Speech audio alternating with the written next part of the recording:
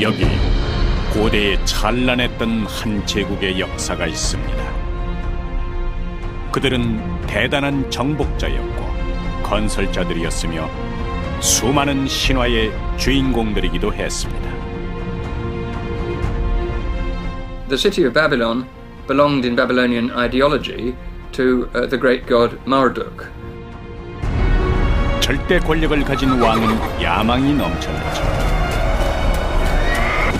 순식간에 서아시아의 모든 나라가 그의 표적이 됐습니다.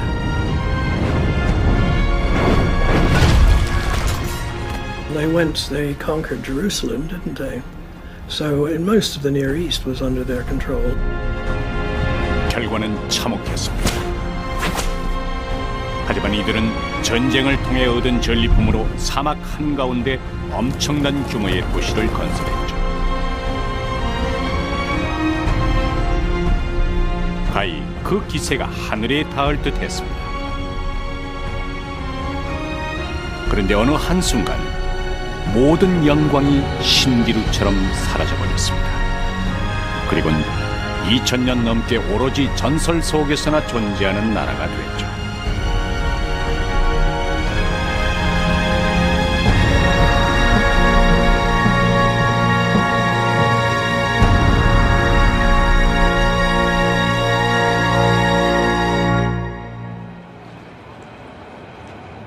독일 베를린에 있는 페르가몬 박물관. 이곳에 20세기 최고의 고고학적 발견이라 불리는 한 고대 유물이 복원되어 있습니다. 실물 크기로 부조된 사자는 금방이라도 뛰쳐나올 듯 생생하며 푸른색 벽돌로 장식된 14m 높이의 육중한 성문은 지금도 한 제국의 위용을 드러내는데 전혀 손색이 없습니다. Ihn zu sehen ist sozusagen das Resultat dieser Rekonstruktion, aber angepasst natürlich an die Größe des Museums. Denn man weiß ja, dass das Tor in Babylon sehr, sehr viel größer war als das, was man hier in Berlin im Museum sehen kann. Dies ist ja nur ein kleiner Teil, praktisch als Beispiel für das gesamte Tor aufgebaut. 바빌론 제국.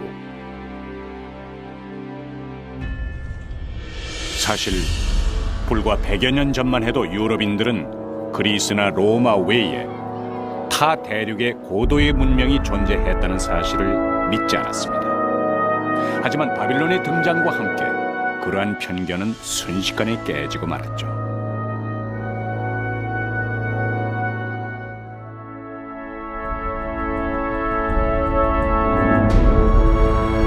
이 사실을 최초로 유럽에 알린 사람은 독일의 고고학자이자 건축가였던 로베르트 콜데바이였습니다.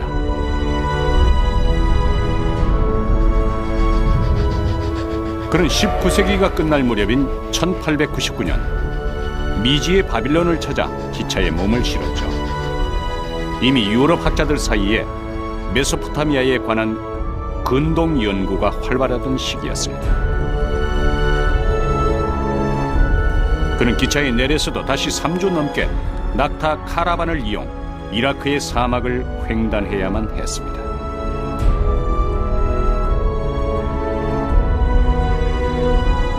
말 그대로 고대 문명을 연구하는 학자들에겐 노다지 같은 곳이었습니다.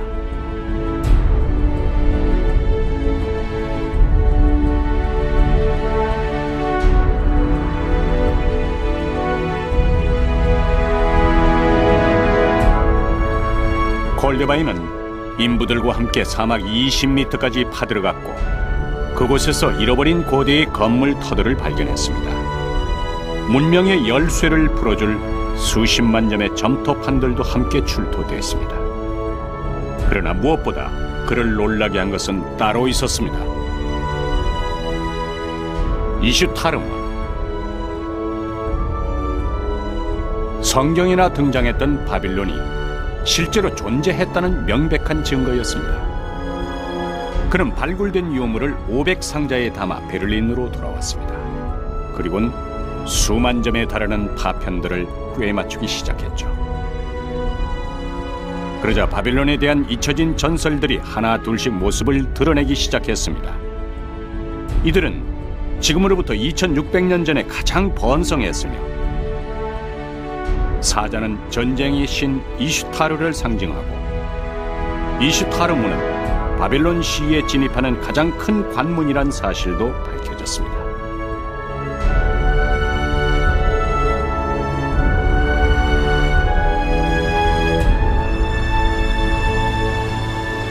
바빌론이 존재했다는 땅 이라크.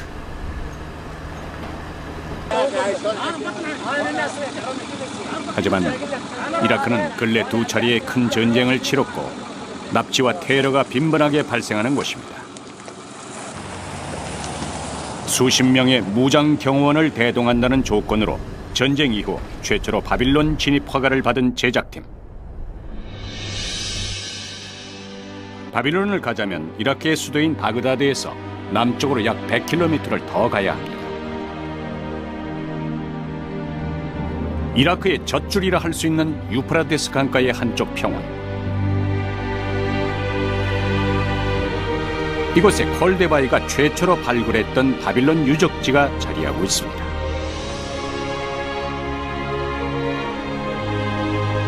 빼곡히 들어선 흑벽 기단들이 한때 이곳이 바빌론의 중심이었음을 증언하고 있습니다.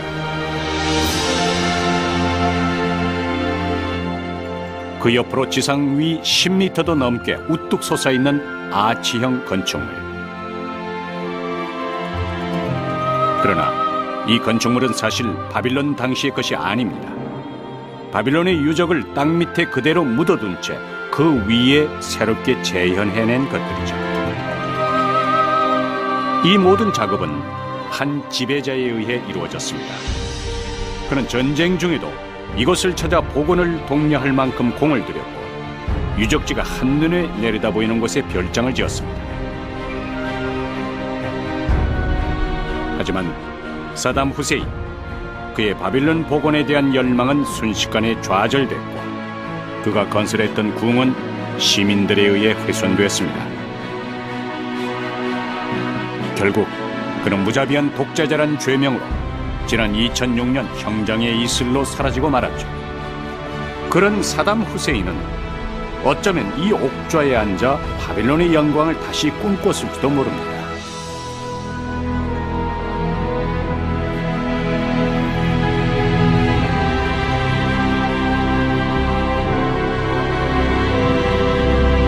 지하 20m에서 발굴해낸 이슈타르문의 실제 기단입니다. 바빌론 심장부로 진입했던 가장 큰 관문이기도 했죠. 그렇다면 아직 30%도 발굴되지 못한 바빌론은 언제 누구에 의해 건설됐을까요? 그것은 바로 이 사람, 지금의 이라크 남부 지역 출신의 이 젊은이로부터 시작됐습니다. 어려서부터 총명했고 야망이 넘쳤던 이 젊은이는 아버지와 함께 아시리아로부터 바빌론을 되찾았고 기원전 605년 아버지가 죽자 바빌론의 왕위에 등극하게 됩니다.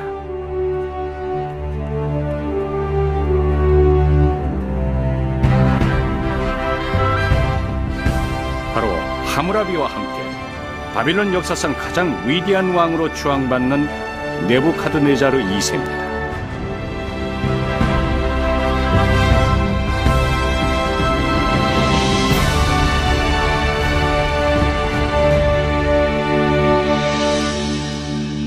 그는 등극하자마자 아시리아의 잔존 세력들을 물리치고 곧바로 주변국 정벌에 나섰습니다.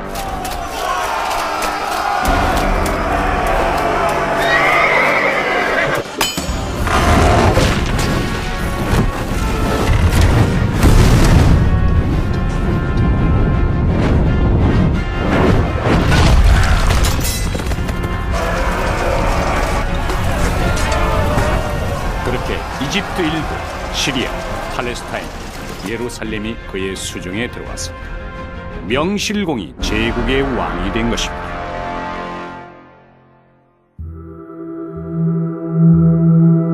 그는 여기서 얻은 부를 통해 사막 위에 역사상 가장 거대한 도시를 건설했죠.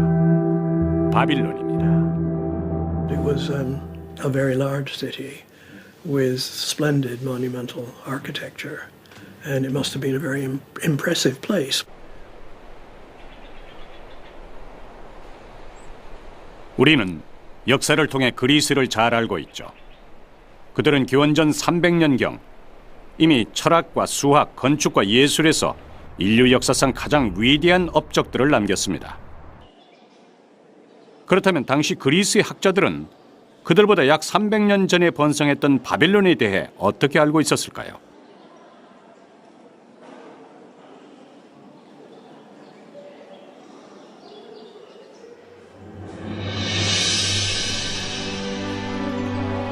기원전 5세기, 지금도 유럽인들에게 역사의 아버지라 불리는 그리스 학자 헤로도토스는 사막을 건너 바빌론으로 향했습니다.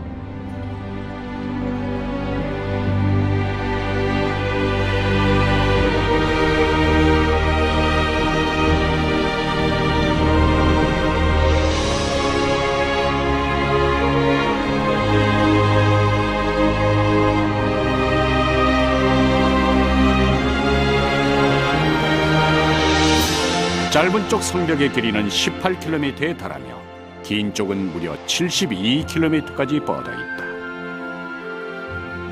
성벽의 높이는 14m이며 3중으로 되어 있고 성벽 위로 난 길은 4마리의 말이 끄는 마차가 멈추지 않고 비껴갈 만큼 넓다.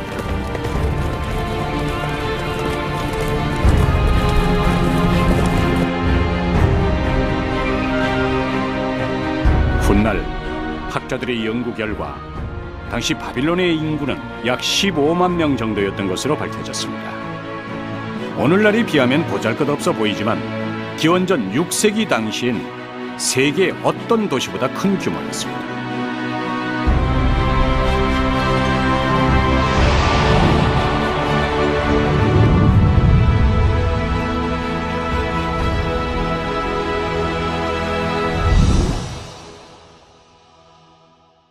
All of this seems to me to indicate that the Greeks, very few of whom visited Babylon, saw this as this enormous, fabulous city that was so different from what they were used to, that they described it in impossible terms. 이제 이곳에서 한때 위대했던 바빌론을 상상하기란 쉽지 않습니다. 그렇다면 연 강수량 100mm도 안 되는 이 황량한 사막 위에 어떻게 바빌론인들은 거대한 문명을 건설할 수 있었을까요? Irrigated fields produce crops that are richer than simply rain-fed fields. 메소포타미아, 그건 두 강 사이의 땅이라는 의미입니다. 실제로 이곳엔 티그리스와 유프라테스 강이 있고 두 강은 오늘날의 터키 북쪽 아나톨리아 고원으로부터 시작됩니다.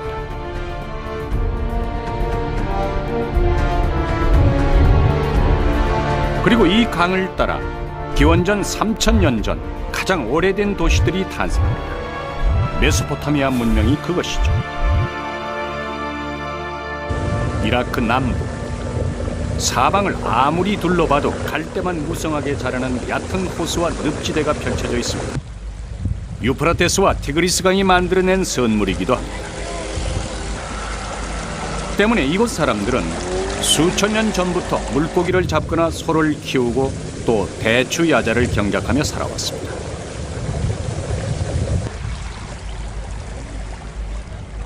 하지만 자연 환경에 적극적으로 대처하는 방법도 터득했습니다. 인류 역사 최초로 관계 농업을 시작했으며 소득이 폭발적으로 증가하자 그 남는 생산물은 교역을 통해 해결해야만 했습니다.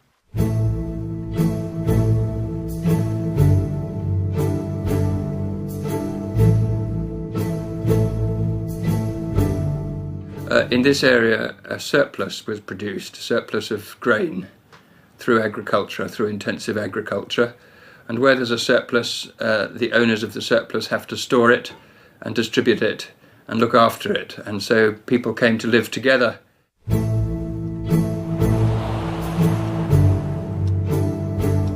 이제 사람들은 수확량을 기록해야만 했죠.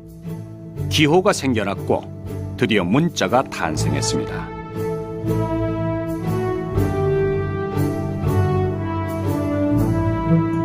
메소포타미아인들은 이렇듯 이미 기원전 3000년 전에 문자와 수학, 그리고 오늘날 우리가 알고 있는 별자리들을 찾아냈습니다.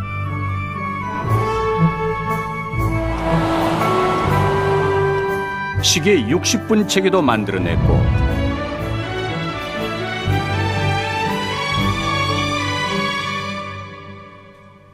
현재 우리가 사용하고 있는 지적, 사회적 체계를 탄생시킨 주역들이었던 셈입니다.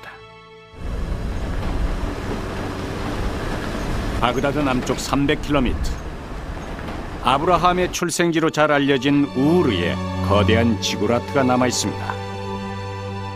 고대 수메르인들이 신을 숭배하기 위해 건설했던 탑이죠. The ziggurat in Ur is the oldest surviving ziggurat of ancient Mesopotamia. It was built, well, we don't know when it was built. It was certainly built sometime already in the 3rd millennium BC, 5,000 years ago. 지구라트란 하늘과 땅을 이어주는 집이란 뜻으로 고대로부터 매우 신성시되던 공간이었습니다. 그러나 이곳 역시 전쟁의 참화를 비껴나진 못했죠. 이것이 전투 중 발생한 총탄의 흔적들입니다.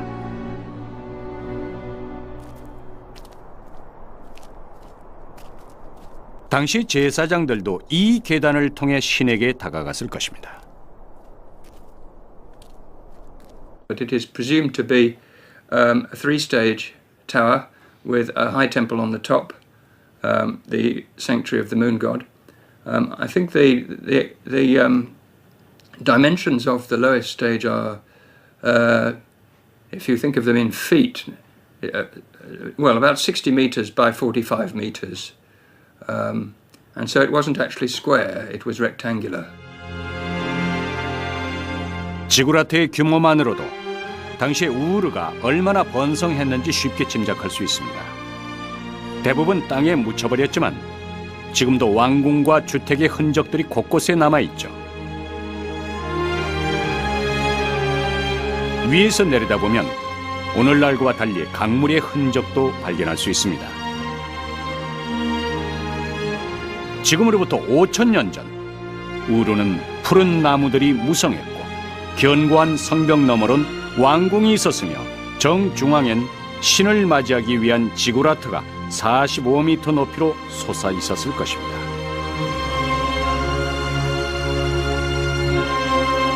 이처럼 우르는 지구라트를 중심으로 약 4200가구, 35,000명이 살아가는 아름다운 도시국가였습니다.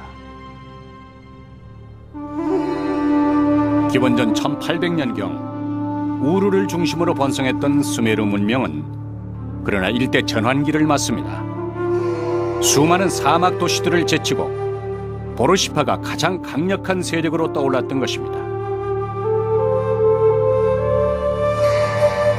산성의 송곳처럼 우뚝 솟아있는 보르시파 지구라트. 하지만 자세히 살펴보면 이것은 산이 아니라 모두 흙벽돌로 쌓아 만든 거대한 지구라트라는 것을 알 수 있습니다. 단지 밑단이 모두 마모되고 중심부만 남아 있었던 것이죠. Einerseits die Bautechnik, die wird eher für eine Datierung ans Ende des 3. Jahrtausends sprechen. Und eine Notiz im Kodex vom Hammurapi, wo wir wissen, dass dieser König, also Anfang des 2. Jahrtausends, dieses Sida, das Hauptheiligtum in Borsippa, eben restauriert habe. 하무라비는 기원전 1800년경 이곳 보르시파를 중심으로 구바빌론을 건설했습니다. 그는 제국을 다스리기 위해 하무라비 법전으로 유명한 세계 최초의 성문법을 탄생시켰죠.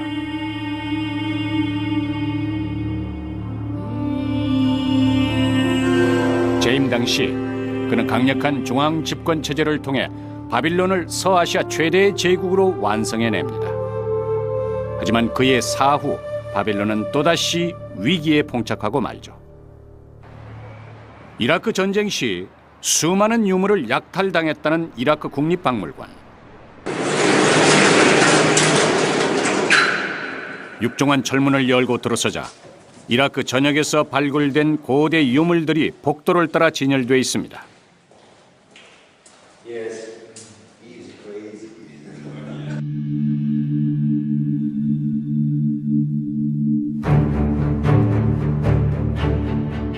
통로 끝 박물관 정중앙에서 만난 아시리아 유물관.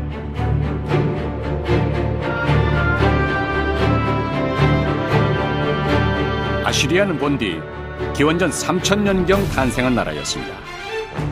하지만 하무라비에 의해 정복당한 뒤에 오랜 기간 숨죽여 살았죠.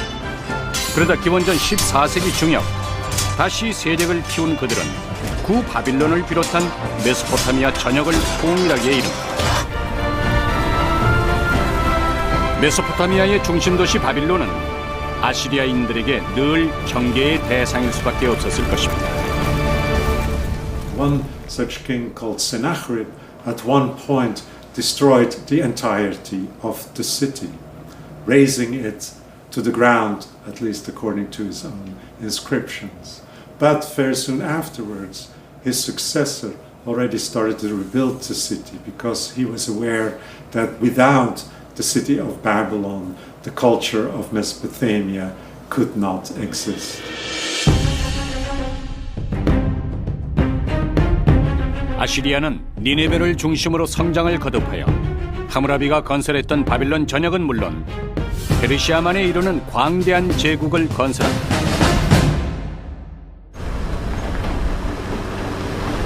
그러나 페르시아만에 인접한 이곳 칼데아 지방에서 또 다른 세력이 아시리아를 노리게 되죠.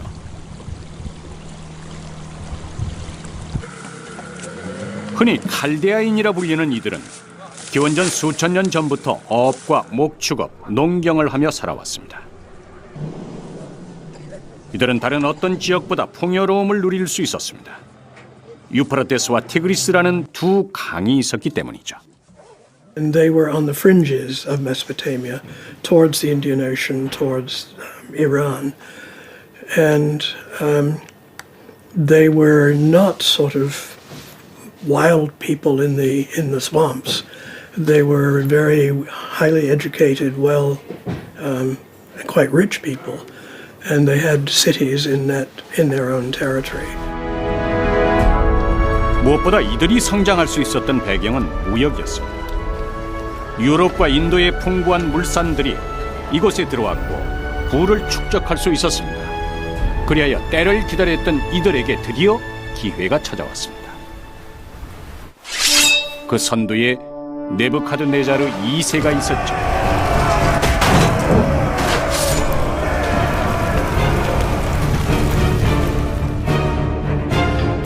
기원전 605년 왕으로 등극한 그는 곧바로 하무라비의 후손임을 자처하며 바빌론 재건에 나섭니다.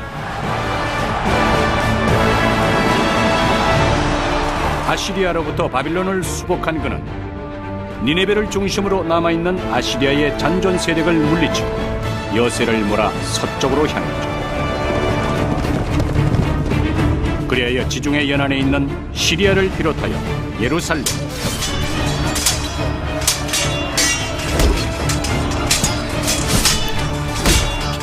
이집트의 일부까지 정복하게 이릅니다. Nebuchadnezzar used the city of Babylon as his capital, and since he was a great military campaigner who conquered regions such as the area of Judah and the city of Jerusalem, he had access to great amounts of wealth which he used to rebuild Babylon, to turn Babylon into a great city. 바빌론은 드디어 네부카드네자르 2세의 야망에 걸맞게 복원됐습니다.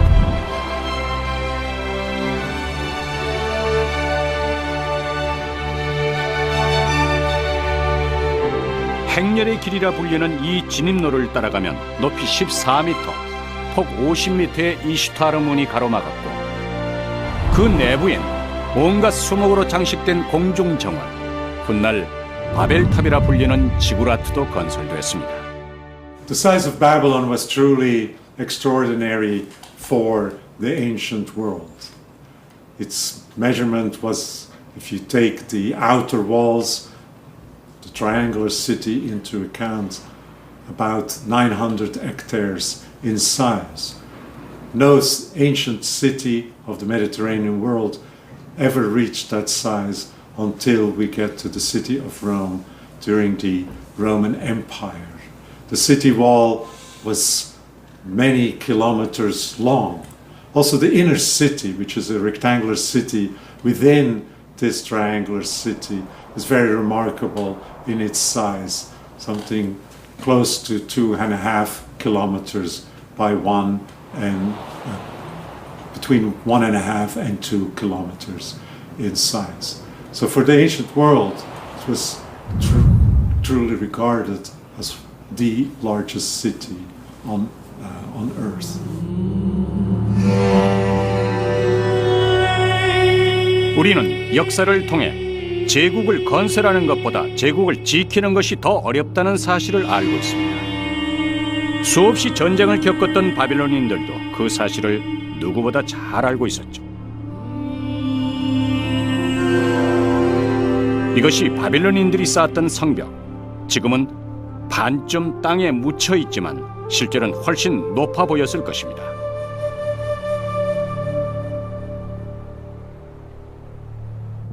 돌이 귀했던 까닭에 성벽의 재료는 오로지 흑벽돌이었습니다.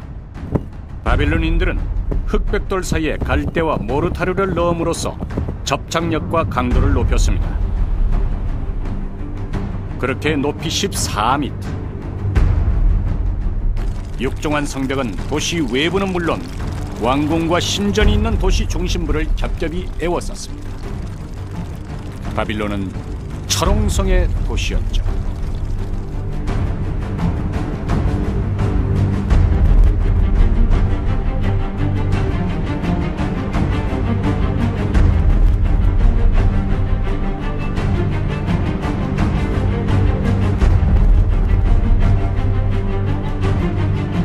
두께 7m가 넘는 성벽 위로는 마차가 지나다녔고 곳곳에 망루에 선 24시간 침입자를 관찰했을 것입니다.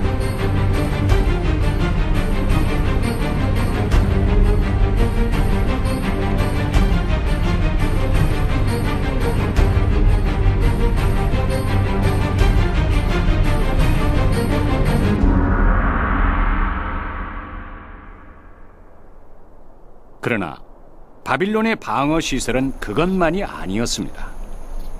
물길, 바로 해자였죠. 해자는 폭 10m, 깊이 3m 규모로 이미 건설된 성벽을 따라 이어졌습니다. 물이 귀한 사막의 도시에선 좀처럼 볼 수 없는 시설이었죠. The city of Babylon is located on one of the branches of the Euphrates River, and actually the river runs straight through the center of the inner rectangular city. But also within the city there are several canals that lead to the Euphrates River. These canals transect the city, actually divide the city up into several neighborhoods. 이 모든 것은 유프라테스라는 강이 있었기에 가능했습니다. 해자는 도시 외곽을 둘러싸을 뿐 아니라 도시 내부를 거미줄처럼 관통해 생활용수로도 활용됐습니다. 때문에 당시 이곳을 방문했던 외부인들에겐 바빌론이 마치 수상도시처럼 느껴졌을 것입니다.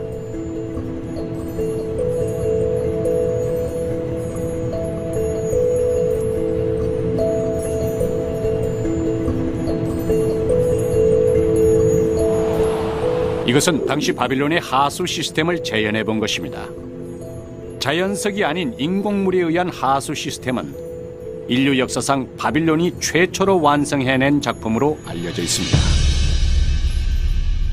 بنظام صحي متطور، نظام تصريف صحي متطور، بعمل أقنية طويلة فيها قنوات مصنوعة من الفخار ومربوطة بالأسفلت لمنع تسرب المياه منها.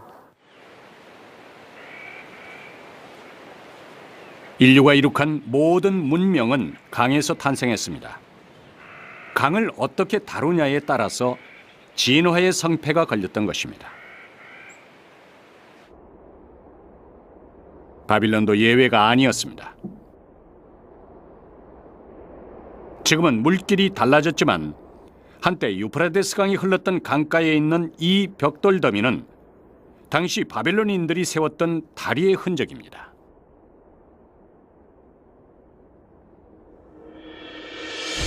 다리를 건설하기 위해 그들은 우선 튼튼한 강목을 3.6m 간격으로 박았습니다. 그 밑은 구운 벽돌을 이용해서 단단하게 고정시켰죠. 그런 다음 벽돌의 마모를 막기 위해 지금의 레바논에서 실어온 삼나무로 주변을 에워쌌습니다. 그리고 그 위에 상판을 얹어 완성했죠. 이것은 당시로선 세계 최첨단의 공법이자 가장 큰 규모였습니다.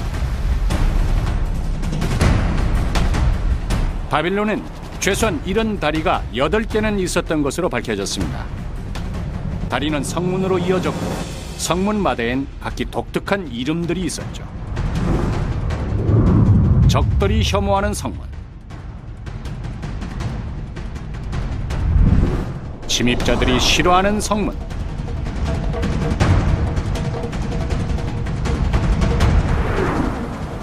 군인의 생명을 지켜주는 성문도 있었습니다. 그러나 그 어떤 곳보다도 웅장하고 아름다운 성문이 있었습니다. 바로 이슈타르문. 전쟁의 신 이슈타르의 이름을 따 건설된 이 성문은 진입로의 넓이만 21m에 달하며 양쪽엔 14m 높이의 성벽이 서열하듯 에워싸고 있었습니다.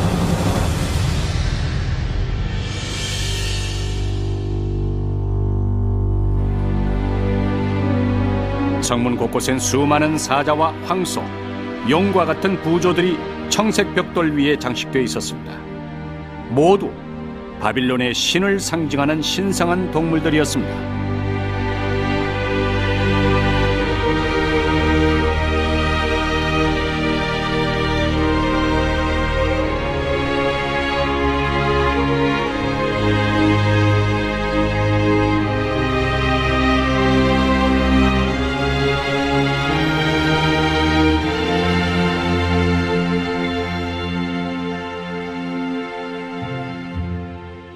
من ضمن هذه القطع رمز لإله مرذوخ. إله مرذوخ كان يعبد في مدينة بابل كرئيس الآلهة. هذا التنين يرمز إلى المرذوخ، له رأس تنين وكذلك ذيل أفعى، وكذلك الجلد حراشف الأفعى ومقالب الأسد، كلها يرمز إلى قوة الإله مرذوخ الذي كان يعبد في بابل، وهو كبير الآلهة عند البابليين. 만약 적이 이 성문을 통과했다면 가장 먼저 이 신성한 동물들을 거쳐야 했을 것입니다. 황소로 상징되는 날씨의 신 아다드와 바빌론의 주신이었던 마르둑의 상징인 용, 그리고 왕을 상징했던 사자. 이 모두는 적이 공포감을 극도로 느낄 수 있는 아주 효과적인 장치이기도 했죠. These images of lions, bull, and dragon were produced in yellow or in a golden color, glazed brick of golden color onto a background of blue. And one could imagine that, especially at night, only the golden animals would be visible. So walking at night of this road, one would feel surrounded by these images of the gods. 이슈타르 문을 통과하면 3, 4층 높이의 주택들 사이로 도심을 관통하는 중앙대로가 있었습니다.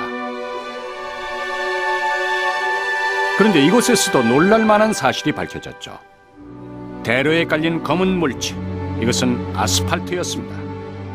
놀라운 것은 또 있었죠. 왕궁 한쪽에 마련된 이 드넓은 공간. 연구 결과 이곳은 당시의 왕이 외국 사신들을 접견하는 아련실로 밝혀졌습니다. 여기에는 이미 그리스인들이 최초로 발명했다고 전해지는 아치 기술이 사용되고 있으며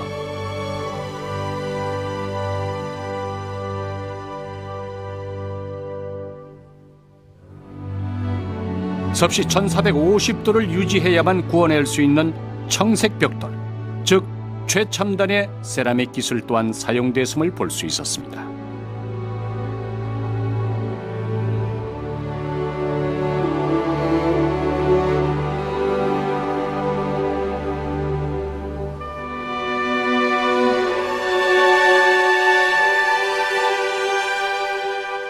웅장하게 꾸며진 아련실은 훗날 이곳을 정복했던 알렉산더 대왕이 최후를 맞이한 곳으로도 유명합니다.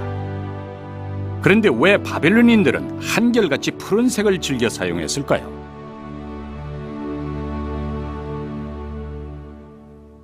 Was die Farbe betrifft. Also es fällt ja auf, dass die blaue Farbe dominant ist. Und das ist aber auch heute im Orient noch so, dass die Farbe Blau eine ganz besondere Rolle spielt. Und zwar eine schützende und abwehrende Rolle. 기원전 600년대 바벨론은 세계 최대의 도시였고 거주 인구만 15만 명에 달했습니다. 이런 기원전 300년대 로마의 인구가 채 10만 명이 안 됐다는 점에 견주면 놀라운 사실입니다. 유프라테스 강의 항구는 무역 선들로 넘쳐났습니다. 북방의 실크로드와 남방의 해상로를 따라 상인들이 몰려왔죠. Merchants went to these places, and there was by the second millennium there was a lot of toing and froing between countries, and even by ship from. There's carnelian on every site you look at in Mesopotamia, and most of that comes from India. 이것이 입체 영상으로 복원해본 당시 바빌론 거리의 풍경입니다.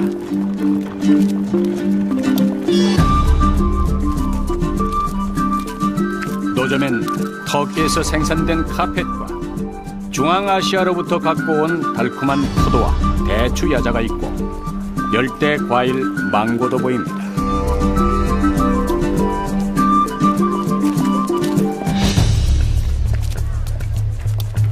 도자기와 향신료, 아프리카의 상아, 청금석 같은 수많은 물건이 이곳에서 만나고 이곳을 통해서 세상 곳곳에 흘러갔을 것입니다.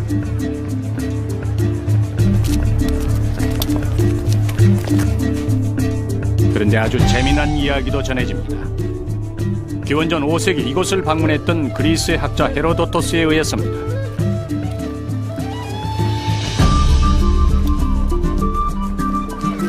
바빌론을 두루 여행했던 헤로도토스는 자신이 쓴 책 역사에서 이렇게 기록하고 있죠. 여자들은 남자가 자신을 고를 때까지 기다려야 한다. There's another story in Herodotus about women, and that's that there was a marriage market in Babylon in which men bid for women to become their wives. 남자는 자신이 고른 여자에게 상당한 액수의 돈을 지불한 후 성지 이외의 곳에서 함께 거주한다. 헤로도토스가 본 것은 바빌론의 결혼 시장 풍경이었습니다.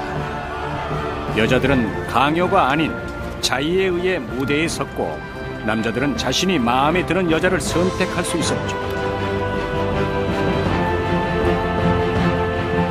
그리스인들의 시각에선 바빌론은 이처럼 생경하면서도 세상에 온갖 재미난 이야기들이 넘치는 사막 끝 동방의 경이로운 도시였습니다. 그리고 이런 이야기들은 훗날 유럽인들의 바빌론에 대한 환상을 더욱 자극하는 요소들로 작용했습니다.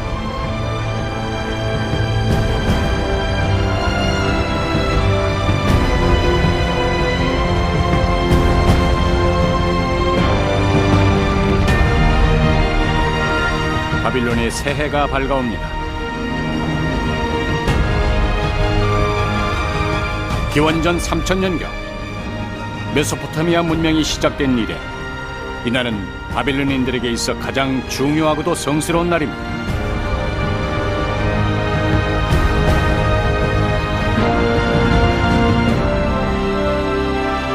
날이 밝자 모든 성문이 열리고 각 지방에서 찾아온 각기 다른 신의 행렬이 줄을 잇습니다.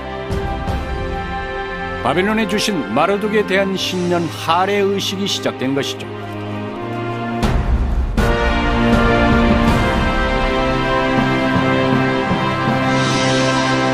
The New Year's festival in Babylon takes place according to the lunar calendar on the first few days of the first month of the year. The first month of the year roughly coincided with the spring equinox in March or April, depending upon how the lunar calendar worked for that particular year. 춘분은 낮의 길이와 밤의 길이가 정확히 일치하는 날입니다. 바빌론인들에겐 이날이 새해였죠. 또한 이날은 바빌론의 신 마르둑이 우주의 혼란을 잠재우고 질서를 바로 세운 날이기도 했습니다.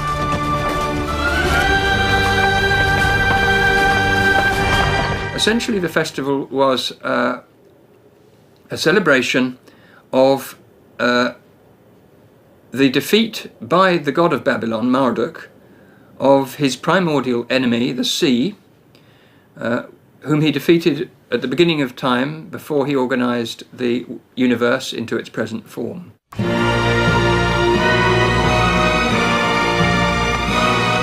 약 12일간에 걸쳐 계속된 신년 축제의 마지막 날, 여러 지방의 신들을 태운 행렬이 바빌론의 중심지인 이곳 바벨탑에 모여듭니다.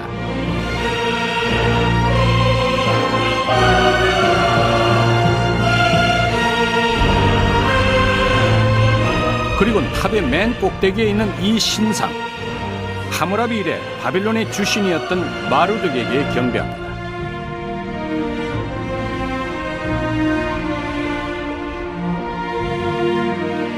바빌론의 왕 역시 이날 마르둑을 통해 한 해 동안 행사할 모든 권력을 위임받게 되죠. 이렇듯 바빌론인들은 바빌론을 번성케 한 모든 힘의 근원은 신 마르둑이 부여한 것이고, 마르둑이 있는 한 바빌론의 영광은 영원히 계속될 것이라 믿었습니다.